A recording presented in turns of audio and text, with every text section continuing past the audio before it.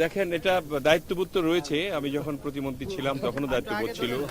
আমরা মাননীয় প্রধানমন্ত্রীর নেতৃত্বেই কাজ করছিলাম এবং মাননীয় প্রধানমন্ত্রী জনাব তারেক রহমান যেভাবে বাংলাদেশের ফেস মানে যে আমাদের বাংলাদেশ বিমান, আমাদের সিভিল এভিয়েশন, পর্যটন কর্পোরেশনকে যেভাবে তিনি সাজাতে চান, সেটার লক্ষ্যে তিনি হয়তো পরিবর্তন এনেছেন।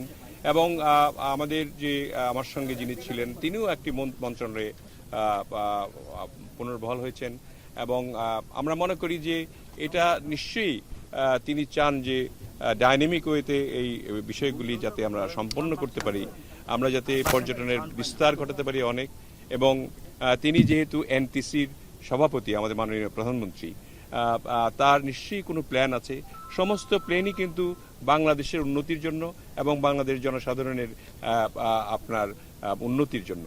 তিনি এই উন্নতি চিন্তা করেছেন যে কিভাবে কাকে দিয়ে কোথায় কাজ করালে ভালো হবে, সেভাবে তিনি চিন্তা করেই কিন্তু আমাদেরকে পদায়ন করেছেন। আমি আল্লাহর কাছে শুকরিয়া জানাই যোগ্যতা মাননীয় প্রধানমন্ত্রী জনাব তারেক রহমানের প্রতি।